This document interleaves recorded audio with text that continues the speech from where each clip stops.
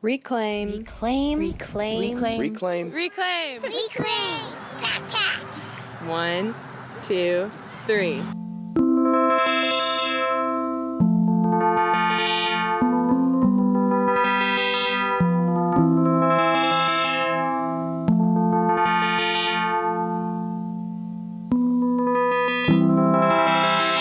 Reclaim Podcast, a show about people, communities, and the social issues they face.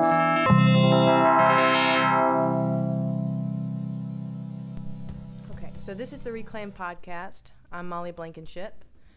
Today we are hosting a roundtable discussion about racial injustice, a topic that is of utmost relevance these days. So I'm joined by several guests. I'm going to give them the opportunity to introduce themselves.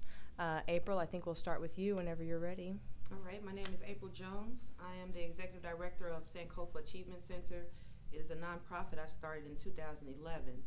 And I started this nonprofit to work with underprivileged youth to bring up their academics and the performing arts as a way to kind of close the achievement gap with minorities. A little bit further background, I'm from Chicago, inner city youth. Pretty much was granted the at-risk youth because I had a single parent household and she worked most of the time. So going to school, I went to an African-centered school who they always told us, you know, it doesn't matter where you come from, you can achieve greatness. And coming from the neighborhood that I came from where, you know, drugs and crime, and it rained heavily, for me to be the first one in my family to receive a bachelor's degree and, you know, go away to college and now working on my doctorate, that's a pretty big accomplishment, I think. And so I've taught elementary school, middle school, high school, and in those four walls of teaching, I wanted to do something more, something different, become more of an activist approach. We talk all the time about, what's going on in the world and what's going on in our communities and what can we do differently. So I decided to actually do something and started this nonprofit, and I resigned from teaching last year in order to do that full time. Congratulations. That's awesome. Okay. I'm Jermaine Soto. I am a doctoral candidate at Syracuse University, where I'm getting my PhD in Cultural Foundations of Education. And currently I am a underrepresented minority dissertation fellow at Middle Tennessee State University, where I teach courses in sociology and am in the process of finishing my dissertation. And so a brief background, I grew up in the projects of New York City, Puerto Rican, and my parents were from Puerto Rico, and they came to the United States, the mainland, I guess, when they were in their teens, and first in my family to go to college. And education has always been a big part of my life growing up. So I grew up in a very Black and Latino community in New York City, kind of surrounded by working class Greek, Irish, and Italian families. And so that world, or just seeing that and interacting in that world, being poor and stigmatized as growing up in the projects, and interacting with those families. And then I was able to get a scholarship to a elite private school in New York City for high school, and so that was an even more extreme world.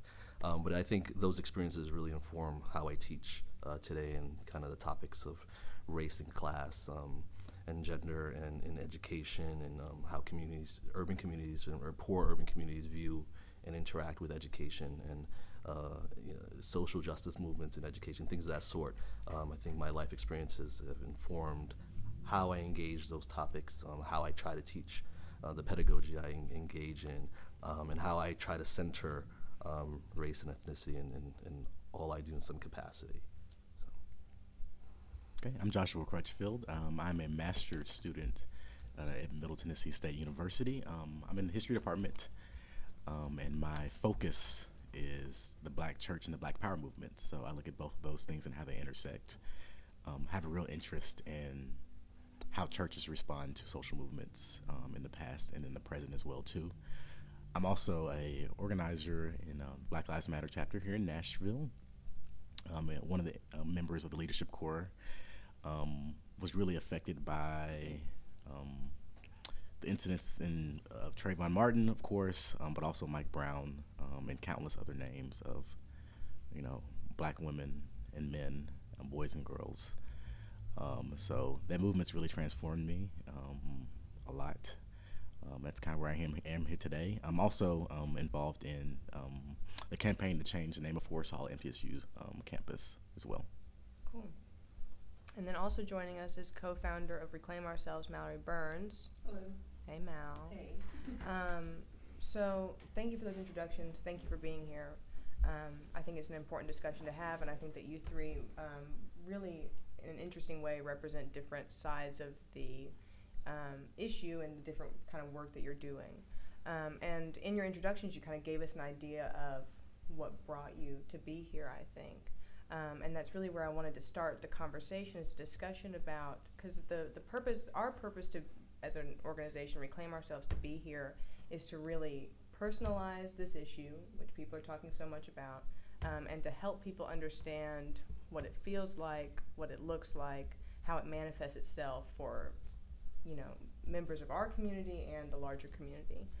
And so I'd be interested to hear not only, what your experiences were as younger people, and how, it felt to you to be living in American society, which has had a long history battling with racial injustice and inequality, but also the work that you're doing today in more specific terms, and the manifestations that you see it in your work, the manifestations of the social problem, racial injustice. So, we do a lot of talking right now about police brutality, unarmed people of color being killed, but Jermaine, you do work in education and that sort of thing, and so I'd be interested to hear about that evolution for you personally, if that makes sense and you're able to give it, what it felt like to you as a member of our community and what you think that it feels like now for others. So I can start. I grew up fairly sheltered. I grew up in Murfreesboro mostly. And so for the most part, I didn't experience a lot of things that the majority of black people experience, right? Really sheltered. But what really kind of changed me was I went to MTSU, took an African-American Studies class, began reading a lot, and began to understand that my experience wasn't the experience of a majority of black people in this country, or people of color in this country. And so that really transformed my thinking a lot. But of course, again, when Trayvon Martin happened, and we watched the proceedings in the courts, and we saw the rhetoric happen, and you were on Facebook and you saw people who you thought were friends say just the worst things about black people. They were talking about Trayvon Martin, but they were talking about black people in general, right? That put things in perspective for me as well. And then Michael Brown happened in Ferguson, and I watched the live streams night after night after night of the things that were happening on the ground there. And you saw the police in the military gear, and I felt really helpless, really powerless, to the point where I couldn't sleep. Like, I would watch the live streams all night and did not sleep because I just felt that powerless and that helpless. Nashville had a call to action for a march. I joined that call to action. I just kept showing up. We just kept having calls to actions. We kept having marches, and I kept showing up. So it's transformed me in a whole host of ways. It's transformed my thinking. And I think history does kind of inform my thinking about where we are today as well, too. So. Well, with me, again, coming from Chicago, I, too, was a little sheltered. My mom was a nurse, and she worked 2 full-time jobs, pretty much. And I have older brother and older sister at the time, but we have 7 and 10 years apart from us. So the things that I may have saw them go through, I was too young to fully understand. I just can remember my mom saying, go to school, get an education so you can get a job. It doesn't matter that I'm not here with you all the time. Do what I say, and you will stay out of trouble. Now, she sent me to an all-girl Catholic school in River Forest. So that, again, just like you, was a total different experience, traveling from the hood to the suburban areas and learning, out of a school of maybe 700 girls, it was only maybe 25 African Americans. So, playing basketball and traveling even more, running track, traveling, I started to see the different lifestyles of African Americans as opposed to my lifestyle. And it made me want to do more, to shoot for more. Now, again, going back to what I saw with police brutality and social injustices coming up, I kind of, because I was just more into academics and shooting for the stars, I was oblivious to exactly what was going on around me. It took for me turning 18 and being at the wrong place at the wrong time, getting ready to go to the United States Army. I was already signed up to go. Being at the wrong place at the wrong time, I got arrested for attempted armed robbery. Trying to explain that, hey, that wasn't me, it didn't matter. They, put you in the front paper, and depending on where this happened in Dane County, Wisconsin. I was in the front of the newspaper. It didn't matter that I was a high school graduate getting ready to go to the military. No, you did it. And they slapped the stuff on my record, so that took my security clearance away in the military, but upon fighting these things, and then actually I went to Afghanistan. I was told that I could leave. After I gave my statement, I was told that I can leave. I went on to the military, and while I was in Afghanistan, I was missing court dates. So when I came home, still didn't know this stuff was still ongoing. I got stopped for speeding. The police officer, not only did he say I was a fugitive of the law, but he pulled his weapon on me and, took me down like really I was, and he was a white cop. I was a black woman. I was actually 7 months pregnant at the time, So not forget that you're a woman and you're saying, oh, I'm on my way back to the military base and I'm 7 months pregnant. No, they shackled me from hands to feet and took me in and told me they was going to extradite me. Well, all of this ended up being, after fighting and doing my own research and not falling with the status quo of, oh, they got me and it's nothing I can do about it. You have to fight. But I think if you don't have the academics behind you to know that you can fight, that you can put stuff on paper, that the pen is mighty, So when I was writing judges and trying to rally up people behind me to give character witness statements and things like that, I found out that you can get fingerprints taken away, from the night that you were arrested, if that wasn't what the case was. All of my charges were dismissed, but it put such a hold on my life, even to this day. Every time I apply, and those charges were sealed, expunged, dismissed, dropped. Every time I apply for a teaching position now, I get denied. And I have to go and sit in front of the board of whatever education system that is and explain, when I was 18, this happened, but if you look at this paperwork, the judge signed off on it and dismissed it and expunged my record. But that doesn't matter. It's still, now I have this this look upon me like, oh, it's like, so it takes me to the racial injustice that's going on in our communities.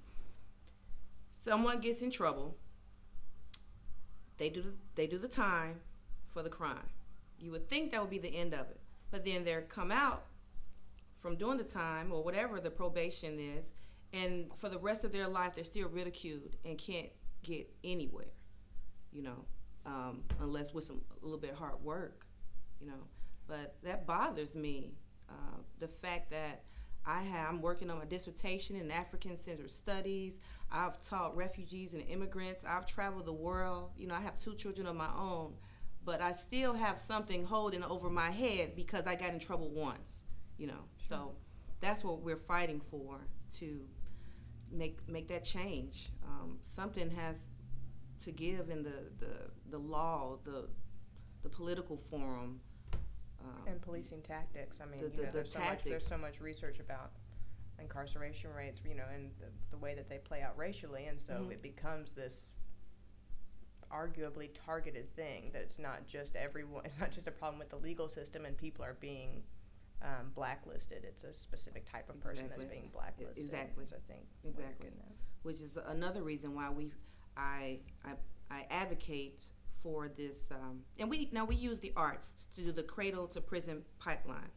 Now, my nonprofit, we use our youth to paint desks. These desks, we found these old desks, and the kids painted, and they put a lot of different artwork and things that made them want to aspire to be better, or things that they were not seeing that they thought or felt that they should be getting inside the classroom that they wasn't getting. They just put it on the desk. And then the desk, we have found these orange jumpsuits, the incarceration jumpsuits, and we put that, like, stood it up in the chair. And we put them all around, and we did some protests, like when the mayors were running. We set up all of the desks, and as they were coming into the building at the church, they start asking questions, and people's like, "What is this?" Well, we're trying to stop the Cradle to Prison pipeline. When a kid gets in trouble in school in 7th grade for doing something, or they may send him to juvenile or something, or suspension rates are going up. Say Johnny gets suspended 3 times from school.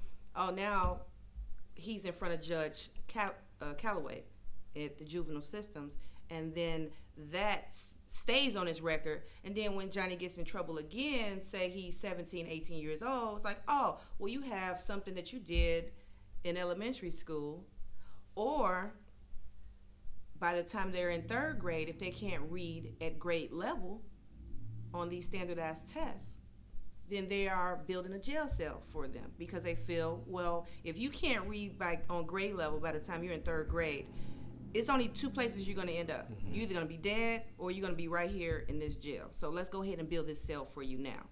And, so my point is, just trying to rally and protest against the Cradle to Prison pipeline, and the police brutality, and the marks, the halos that they're putting over our heads, and a bad halo. It's just, that's where we're at. I don't know. And I think that's really interesting given who Jermaine and April, who you guys are, because you work in education, you have worked in education, your area of studies, and how, I think, and correct me if I'm wrong, but how poverty and race play into the classroom. Is that correct? Yeah, I mean, for the most part, I mean, those are going to be issues that you're going to have to tackle. Sure. In some capacity. Yeah. But if I don't mind, quickly, going back to, because I think you mentioned, Joshua mentioned Trayvon Martin and April. Thank you for sharing some of your personal experiences. I just think that whole notion of you hear these personal experiences, but I think what's going on is that these personal experiences with racial profiling or police brutality or et cetera, the list can go on in the society in current days, are oftentimes dismissed, right, by those with those in power or those with privileges, et cetera. And I think that just reconnecting to Trayvon Martin was such an recent impactful moment for me as well, to see, especially the George Zimmerman trial and the verdict, et cetera. And I stayed up late that night. I just couldn't sleep because, it was just it didn't feel right in a sense, right? It felt like injustice happened again for the umpteenth, millionth time in this history. But just to see, and I have the tendency, I try to look at all the news media outlets. I like to, again, look at it from a holistic view, try to understand everyone's perspective. But to see certain industry types just saying how if you believe that the verdict was based on race, then you were a race monger, right? If you were bringing up race, you weren't a true American citizen in the sense that you weren't embracing the due process of the law, of the legal system, et cetera. And that just pissed me off. I mean, for lack of a better word, I can't articulate it in a more poetic way, but it's just that notion. And then to go to my Facebook stream and see my black and brown friends and colleagues, lawyers, and janitors and professors and scholars, etc. Just name it, for the whole gamut of life in the society of American citizenry, right? sharing their experiences of being stopped by the police, harassed, profiled, etc. Myself sharing some of those experiences, again, growing up in the projects in New York City, and to see that how can you take all these experiences and emotions and feeling and just say you're all race mongers, right? You're the ones trying to cause the trouble, and it's that dismissive way is really what frustrates me in our society today. And it continues to happen now. I mean, as Black Lives Matters movements occur, it's when you look at certain candidates for presidencies or certain news sources or people that you may interact with, they'll just dismiss it, right? It's this dismissive way, like, oh, it's just people trying to cause trouble, right? Thugs coming together to try to challenge the system. Why are you challenging the cops, etc. And it's just very painful to me to see this dismissive way, right? Because you're silencing so many voices and so many experiences because you're saying you're making something out of nothing. It's pretty much what they're saying. You're making something out of nothing. And so for those of us that have those experiences, you're like, what? It's a raw emotion. I've had those experiences. These need to be discussed. Mm-hmm. And what you think as a democracy in this nation that we are supposed to, right, care for, we're called to be American citizens. I'm using the air quotes, like you can't see it, but you're called to be these American citizens and take care of each other in a sense like that. How come it's so hard then to how can you call a large segment of our society, a large segment of our populace, and say, what you're feeling right now, what you're going through right now, the experiences, the anger, the raw emotion, etc. Get over it, right? And so it's like, right. how can that happen, right? So it just feels very hypocritical, and you feel powerless at times, right? Mm-hmm. Even amongst these movements, even as we should be celebrating them as our rights as citizens, right? This is what happened, is how we gain our freedom, quote unquote freedom, from in the 1700s, right? How we came America. It's just being tossed aside and not either celebrated or not trying to be understood by those that quote unquote don't get it. So it's a troubling time, I think, in that sense, to not have those understandings or attempts to understand why a large part of our society is in pain right now, and I think it's something that needs to change because it's just very challenging to have to go through it and try to share what you're feeling, but it's falling on deaf ears, for lack of better terms, or it's just falling on those that could care less. Yeah. So piggybacking on you now. I may get some flack for saying this, okay? But so this is what I'm seeing. A lot of these incidents where our black boys are getting stopped by the police and having all these altercations. Sometimes it's like, well, what did the kid do? What disrespect level was there to make this happen? And if they just shut their mouth and listen to what the police officers say, they wouldn't be dead, or something like that.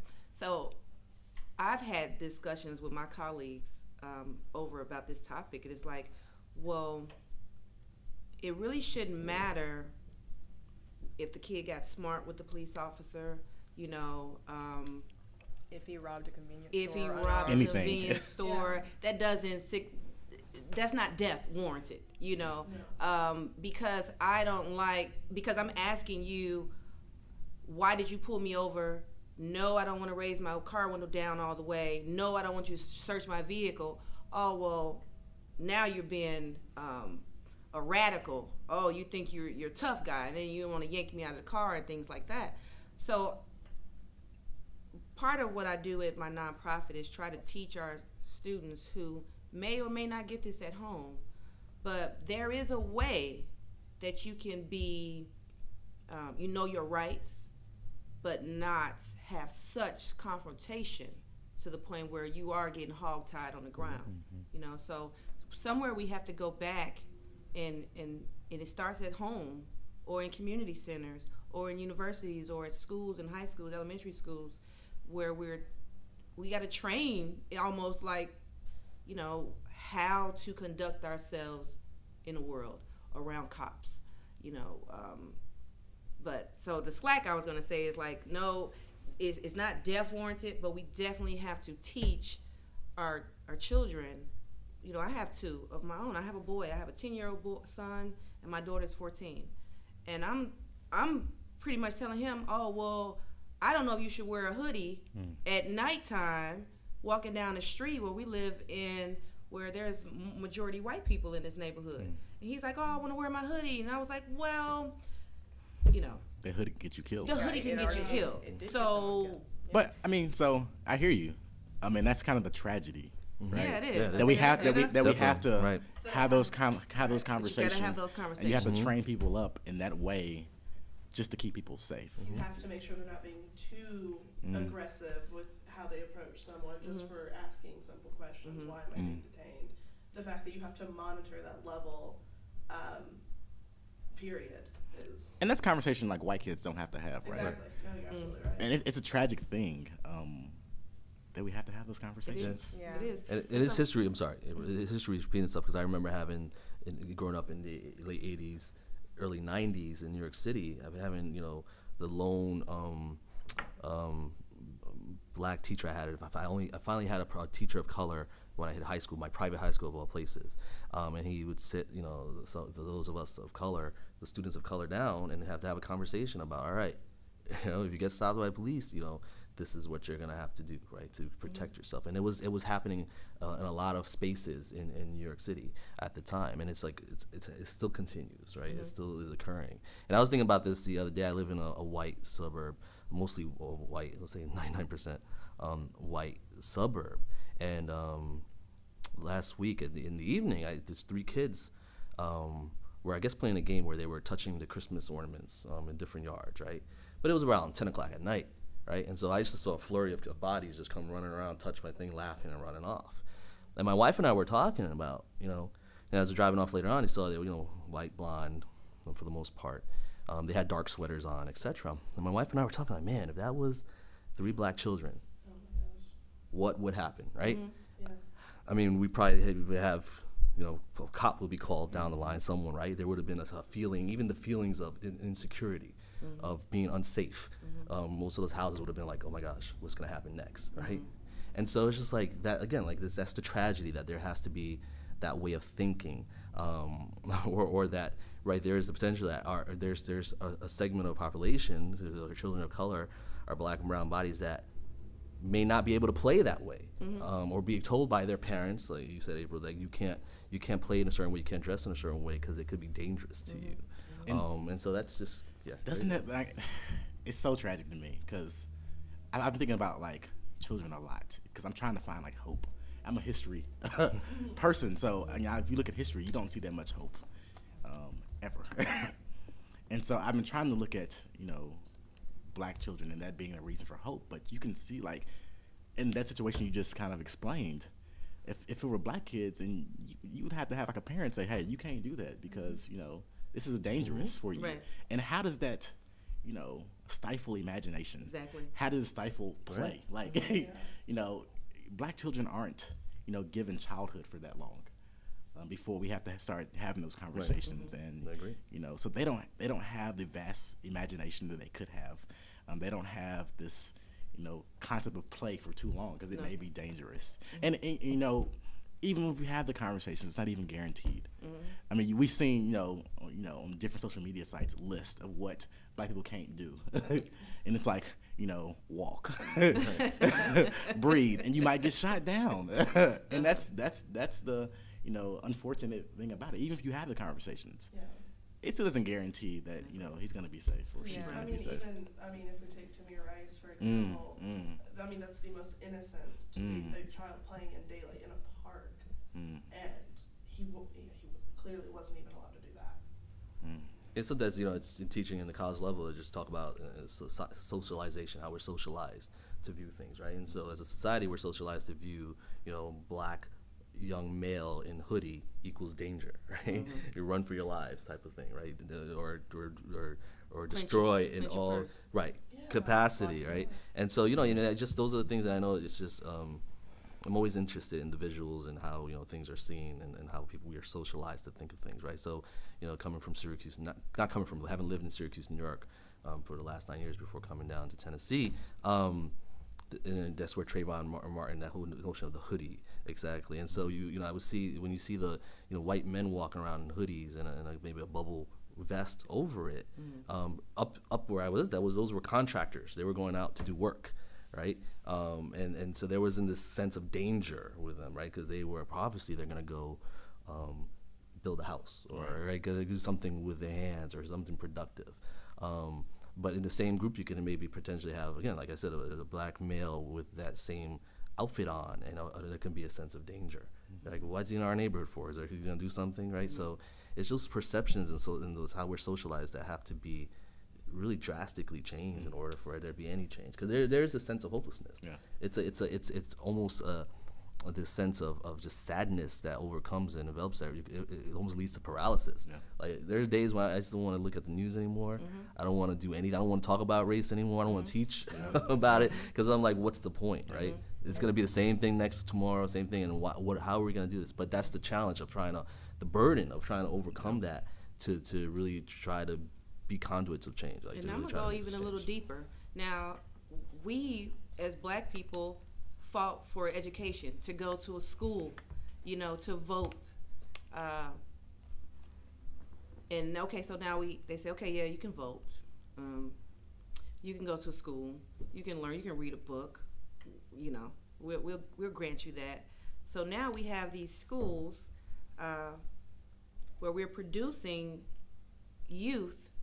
Now they're in school, but now they don't even have it's not equitable. It's not, you have 100, just for numbers' sake, 100 students in a school. Well, there's only 20 books. So now we have to share. And then out of those 20 books, half of the pages are ripped out. But then you have this area is a obsolete area, but now we have people building around the school building, making nice coffee shops and beautiful places and nice. Let's build the area up. But they're still not pouring into the school. But soon as a youth comes out of the school and comes into the neighborhood where they're from, oh, you're clutching your bags, you're calling the police, you want a police headquarters right here on the corner so you can feel more safe.